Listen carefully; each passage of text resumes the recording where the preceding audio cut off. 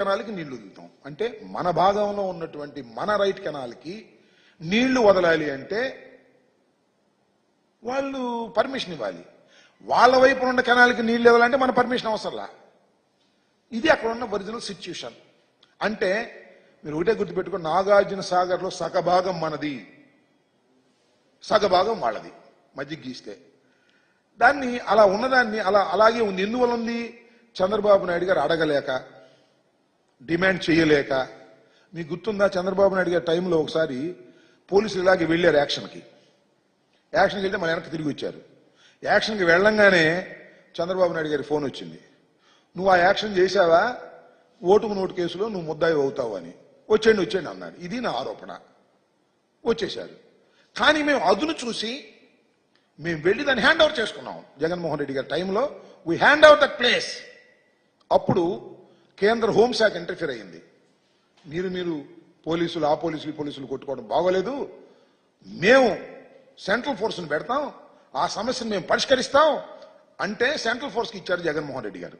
ఇప్పుడు నాగార్జున సాగర్లో central force ఉంటుంది. అంతకు ముందు తెలంగాణ ఫోర్స్ ఉండేది మన వైపున కూడా. ఇప్పుడు సెంట్రల్ ఫోర్స్ వచ్చింది. దానికి కారణం జగన్మోహన్ రెడ్డి గారు. ఇవాళ మనకి తాళాలు కావాలి అంటే తెలంగాణ అవసరం లేదు, అడగాల్సిన అవసరం లేదు, సెంట్రల్ గవర్నమెంట్ అడిగి తాళాలు తీసుకుంటాం. ఇది మధ్యవర్తి. ఇంకా సమస్య పరిష్కారం కాలేదు. ఈ సమస్య ఏమైనా డిస్కస్ చేశామా పరిష్కారానికి? అది లేదు. ఏం చేశామంటే ఏమి లేదు. డ్రగ్స్ గురించి మాట్లాడాం. డ్రగ్స్ గురించి మాట్లాడడానికి ఇంతమంది ఎందుకు వెళ్ళాలి ప్రగతి భవన్కి, ఎందుకు భోజనం చేయాలి, అక్కడ గందరగోళం చేయాలి, ఇద్దరు ముఖ్యమంత్రులు మాట్లాడుకోవాలి, ఏంది ఇది అంత పెద్ద సమస్య ఇది? So they are playing a drama. ఏదో ఉంది, ఎక్కడో ఏదో ఉంది అనేటువంటి భావన కలుగుతున్న మాట వాస్తవం. దీనికి మరొక్కసారి నేను రిక్వెస్ట్ చేస్తున్నాను, తక్షణమే సమాధానం చెప్పండి. చెప్పకపోతే మీరు అనుభవిస్తారని కూడా ఈ సందర్భంగా చెప్పదలుచుకున్నాను.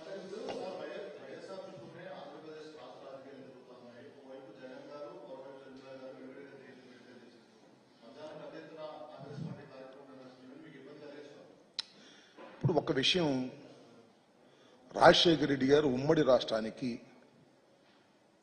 ముఖ్యమంత్రిగా పనిచేశారు. రాజశేఖర రెడ్డి గారి అప్పుడప్పుడు చంద్రబాబు నాయుడు గారు కూడా చెప్తున్నాడు కదా, రాజశేఖర రెడ్డి గారు నాకు బాగా మిత్రుడు అని.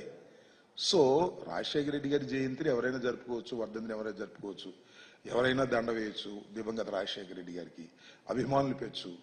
ఒకటి మాత్రం వాస్తవం, రాజశేఖర రెడ్డి గారి మరణం తర్వాత రాజశేఖర రెడ్డి గారి చితి మంటల నుంచి ఏర్పడినటువంటి రాజకీయ పార్టీ, అనివార్యమైన పరిస్థితుల్లో ఏర్పడినటువంటి రాజకీయ పార్టీ వైఎస్ఆర్ కాంగ్రెస్ పార్టీ. ఎన్ని కుట్రలు కుతంత్రాలు చేసినా వైఎస్ఆర్ కాంగ్రెస్ పార్టీని ఎవ్వరూ ఏమీ చేయలేరు. ఇది మాత్రం చెప్పదలుచుకున్నా. ఓకే.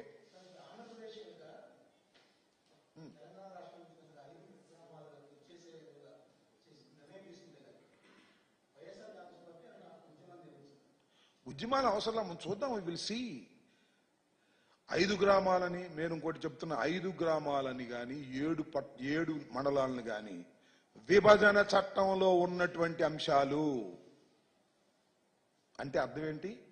విభజన చట్టాన్ని మళ్ళా సవరించాలి. ఇది చంద్రబాబు నాయుడు గారికి తెలుసు, మీకన్నా నాకన్నా ఎక్కువ. విభజన చట్టాన్ని మళ్ళా సవరించే పరిస్థితులు తీసుకురాగలుగుతాడా చంద్రబాబు నాయుడు గారు? ఆలోచించుకోవాలి. ఇవన్నీ కూడా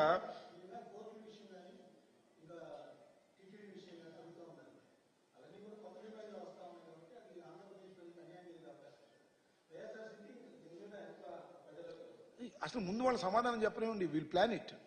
ఒకటి మాత్రం వాస్తవం, 7 మండలాల నుంచి ఏ మాత్రం అటు పంపించినా, 30 గ్రామాలు అవన్నీ కూడా ముప్పుకు గురై పంపించినా డిస్ప్యూట్ విల్ రైజ్.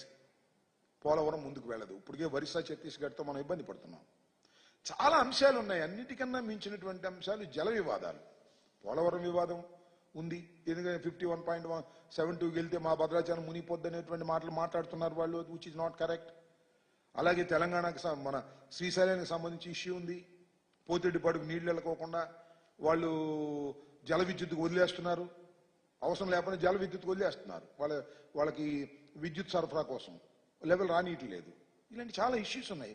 మ్యూచువల్గా సెటిల్ చేసుకోవాల్సిన అంశాలు ఉన్నాయి. మాట్లాడుకోవాలి, చర్చించుకోవాలి, తప్పలేదు. ఇవేం మాట్లాడుకోకుండా తిరుపతిలో వాటా ఇద్దామా వద్దా, కోస్ట్లో వాటా ఇద్దామా వద్దా?